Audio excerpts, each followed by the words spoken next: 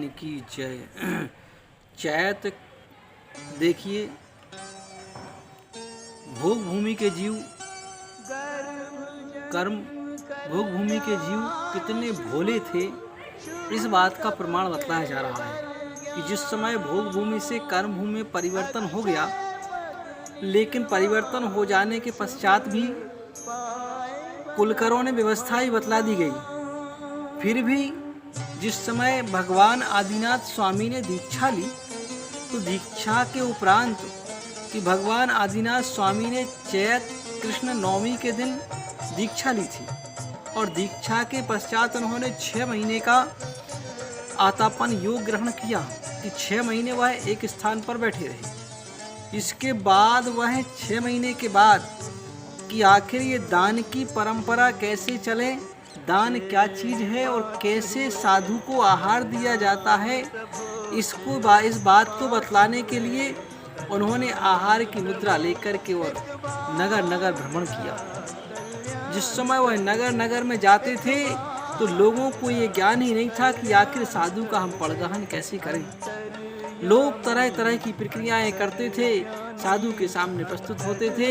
कोई कहता था धन ले लो, कोई कहता संपत्ति ले लो, कोई कहता राज्य ले लो, कोई कहता है कन्याएं ले लो, तो कोई कहता था ये स्वर्ण मुद्राएं ले लो। तो इस तरह से उनको तरह तरह से कार्य करते थे, लेकिन फिर भी कहीं कोई विधि नहीं मिलती। ऐसा करते करते भगवान के लिए लगभग 7 माह व्यतीत हो गए। कहीं पर 6 माह का भी उल्लेख आता है कि 6 से 7 माह व्यतीत हो गए। जिस समय भगवान हस्तिनापुर पहुंचे, तो हस्तिनापुर में जैसे ही भगवान ने हस्तिनापुर नगर में प्रवेश किया, वैसे ही सारे नगर में कोलाहल मच गया कि आज भगवान का पदार्पण हुआ है। सब लोग उत्साह से झूम उठे और तरह तरह के आभूषण लेकर के, तरह तरह की उपहार लेकर के भगवान को जब पहुंचने लगे। लेकिन उसी समय राजा श्रेयांश, राजा सोम के छोटे भाई राजा श्रेयांश को उसी समय जाति स्मरण हुआ, जिस समय उन्होंने पूर्व जीवन में राजा वज्रजंग की पर्याय में और श्रीमती की पर्याय में पूर्व जीवन में उन्होंने वहाँ आहार दिया था। राजा वज्रजंग आदिनाथ भगवान थे, उनकी पत्नी श्रीमती थी, वो राजा श्रेयांश बनी। तो उन्होंने वहाँ पर आहार दिया था जंगल में। वो स्मरण उनको आ गया, जाति स्मरण पूर्व का आ गया कि अरे भगवान आहार के लिए निकले हुए हैं और हम प्रक्रिया ही नहीं जान रहे कैसे देना है। तो उनकी विधि ये है, इस तरीके से भगवान को आहार देना।